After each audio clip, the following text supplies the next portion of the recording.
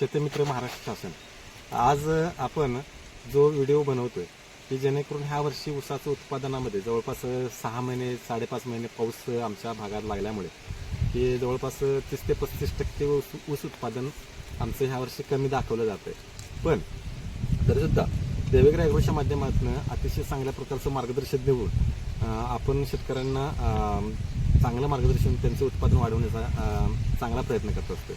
तर आपल्या ह्या चॅनलला आपण सबस्क्राईब करावं, लाईक करावं आणि आपले जे कमेंट्स आहेत त्या 100% चांगल्या नोंदवाव्यात ते आपल्याकडनं अपेक्षा आहे. मी ज्या गावामध्ये आलो त्या आमच्या गावाशेजारच म्हणजे आमच्या बुद्रुक तालुक्यामध्ये मिंची खुर्द हे गाव आहे आणि तिथं आमचे म्हणजे पाहुणेच म्हणायचे, आमचे दाजी पाहुणे आहेत ते की प्रकाश खेगडे यांच्या प्लॉटवरती आणि सोकसने दादांच्या प्लॉटवरती इथं आलो.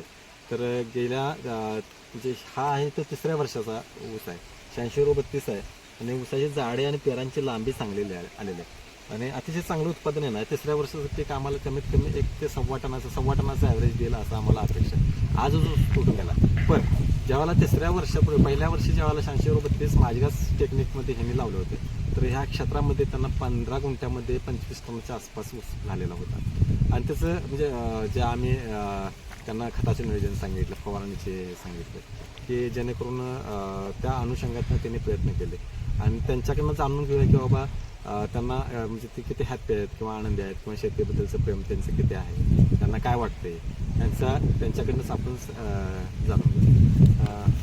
त्याचे आपलं नाव सांगा. माझं नाव शेतकरी मी प्रकाश श्रीपती खेगडे, खुर्द. हां, नाव परत एकदा सांगा. प्रकाश श्रीपती खेगडे, हां, राहणार मिंची खुर्द. मोबाईल नंबर 9422 हां 86 81 31. हां, साधारणपणे बघा की आपल्या टेक्निकमध्ये 3 वर्ष तुम्ही यायला लागला. होय, पहिल्या वर्षी तुम्हाला तुमच्याच तोंडून जाऊन देत शेतकऱ्यांनी किंवा 15 गुंठ्यामध्ये 15 गुंठ्याच्या प्लॉटमध्ये आपण उत्पादन घेतलं होतं. काय तुम्हाला कसं वाटलं? रिझल्ट आम्हाला चांगला वाटला होता. म्हणजे 15 गुंठ्यामध्ये 25 टन ऊस झाला होता त्या वर्षी. ह्या वर्षी काय होईल असं वाटतं? त्या वर्षी सरासरी एक 5 गुंठ कमी पडेल, 5 टन कमी पडेल. गेल्या पहिल्या ते 3रं पीक आहे. ठीक आहे, म्हणजे 1.25 टनाच्या आसपास आपलं उत्पादन येतं. Ton 1.25 ton. आता हा जो ऊस उत्पादित केला त्याला पेरांची संख्या किती आहे तुम्हाला माहिती आहे? 27-28 पेरांची संख्या आहे. जाडी चांगली झालेली आहे. दुसरी गोष्ट की खताच्या नियोजनामध्ये देवेकर ॲग्रोबद्दल तुमचं काय मत आहे की बाबा टेक्निक कसं आहे? टेक्निक म्हणजे देवेकर ॲग्रोमध्ये आम्ही पूर्ण माहिती घेतली आणि त्यांचं पूर्ण टेक्निक आम्ही वापरलं.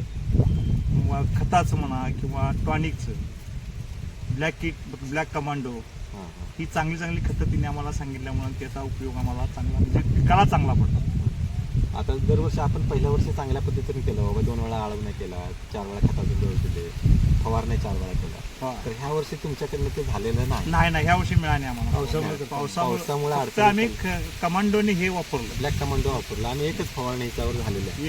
तर आपण ज्यावेळेला 4 फवारण्या केल्या आम्हाला 25 टनाचं आहे. तर माझ्या सर्व शेतकऱ्या मित्रांना एकच गोष्ट सांगायची आहे की आपण तर माझे व्हिडिओ पाहतच आहात. ब्लॅक कमांडो हा आपला युनिक प्रॉडक्ट आहे की त्या प्रॉडक्टला कुठेही बाजारात तोड नाही. आजपर्यंत बऱ्याच शेतकऱ्यांनी वापरले. आपल्या यूट्यूबवरती जवळपास 2,500 सबस्क्रायबर आहेत.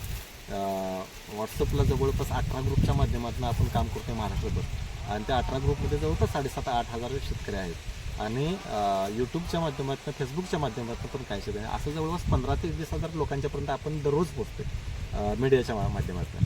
तर एक विनंती असेल आपल्याला की ह्या वर्षी खतांचे दर जवळपास प्रति पोत्यामागे की 400 रुपये 350 रुपयेच्या आसपास वाढलेले. तर अशा अनुषंगातून जर आपण खतावरती जास्त पैसे खर्च करण्यापेक्षा तुम्ही टेक्निकनं युनिक शेती करायला शिकायला पाहिजे, जेणेकरून खर्च कमी यायला पाहिजे.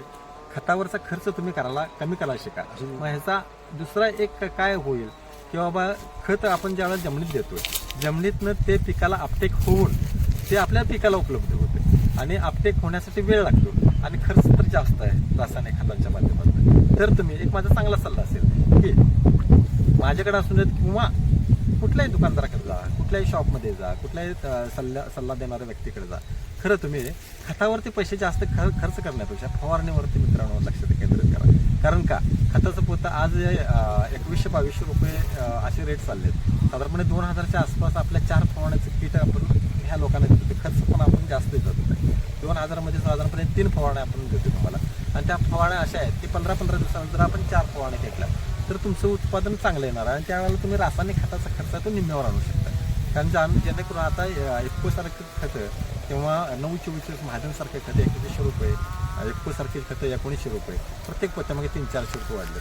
तर माझा एक चांगला मौलिक सल्ला असेल की तुम्ही रासायनिक खतावरला खर्च कमी करा.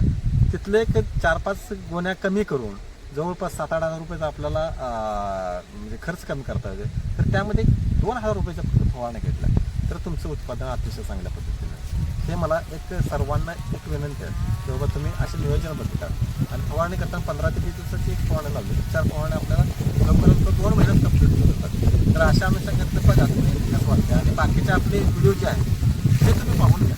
या आपले एकच शेतकरी नाही, असे 200 शेतकऱ्यांच्या मुलाखती आपण यूट्यूबला लावलेल्या आहेत. त्या यूट्यूब चॅनलचा आपण वापर करा आणि जास्तीत जास्त शेतकऱ्यांच्यापर्यंत हा व्हिडिओ पोहोचवा की जेणेकरून समोरचा शेतकरी जो आहे तो आपला बांधवच आहे आणि त्या पण शेतकऱ्यांना त्यांच्याप्रती हे ज्ञान गेलं तर त्यांना पण त्यांच्या शेतीमध्ये आमूलाग्र बदल करण्यासाठी अतिशय चांगली पद्धतीची मदत होईल. एवढं बोलतो. परत एकदा आपण सर्वांना ह्या वर्षी आपलं उत्पादन चांगलं ऊसामध्ये किंवा इतर पिकामध्ये कोणत्याही पीक असू दे तिथं तंबाखूमध्ये आपलं उत्पादन चांगलं येतं आपण किंवा इतर नगदी पिकामध्ये पण आपलं मार्गदर्शन चांगल्या पद्धतीचं चालू आहे. आणि ऊस शेतीमध्ये तर आपल्या देवेकर ॲग्रोचा हातखंडाचा आहे की अशा पद्धतीनं जर टेक्निकनं तुम्ही शेती केली तर 100% शेतकरी फायद्यात होतो, तो तोट्यात जात नाही. एवढाच मला सांगायचं होतं. इथंच मी थांबतो. धन्यवाद.